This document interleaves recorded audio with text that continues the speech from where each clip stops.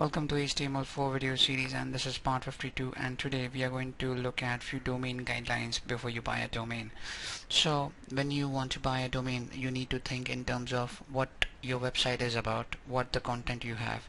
If you think of the current situation, what I'm doing with you guys is we are learning as an HTML and domain name and the hosting. All these things we are learning. So learning is basically my domain.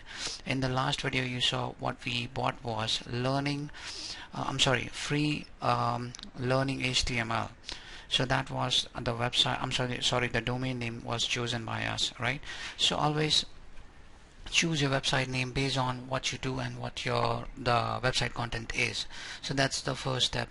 The second step is always choose .com. Agree, there are a lot of things available in the market like .in, then .org and a lot of things are available in the market, but you always go for .com, because whenever you type something in the website, alright, let's say Google, the next thing what you do is hit Control Enter and it push the browser to .com, right?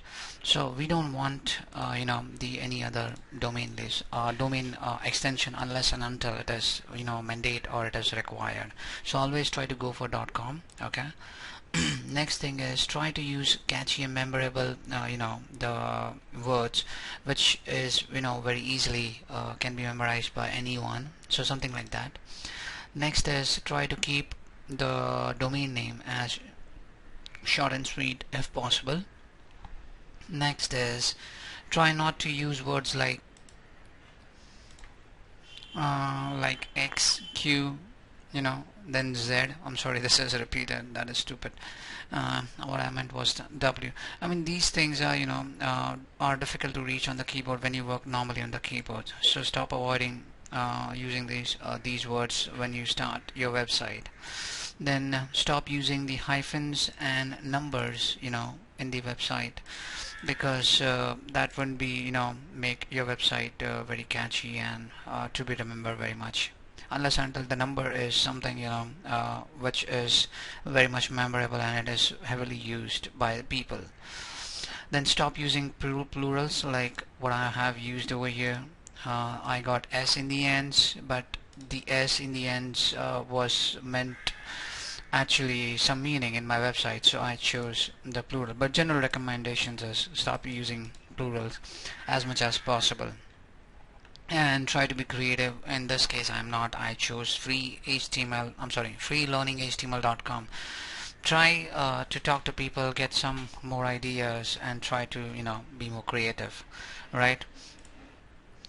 So these are the basic guidelines you need to remember while choosing your domain name.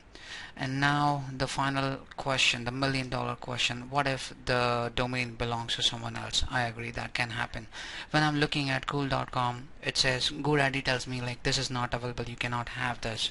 What if I go and I try suffering IT bastards .com, it will figure out by itself. I don't need to worry.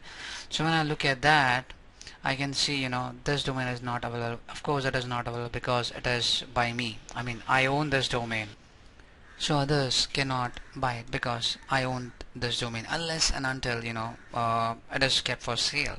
Like if I go like traininglab.com and GoDaddy tells me something.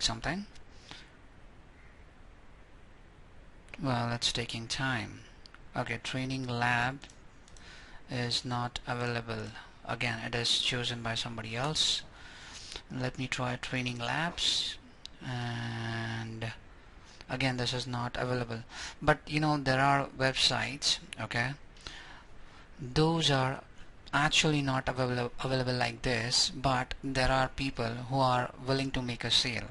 Let's say if I'm talking about suffering IT bastards, okay, so I can make my site for sale, my domain name for sale. Let's say I can put it for like $200 as a sale price. So if someone is interested, then I can sell it to him or her, and then they can have a control over my domain, right?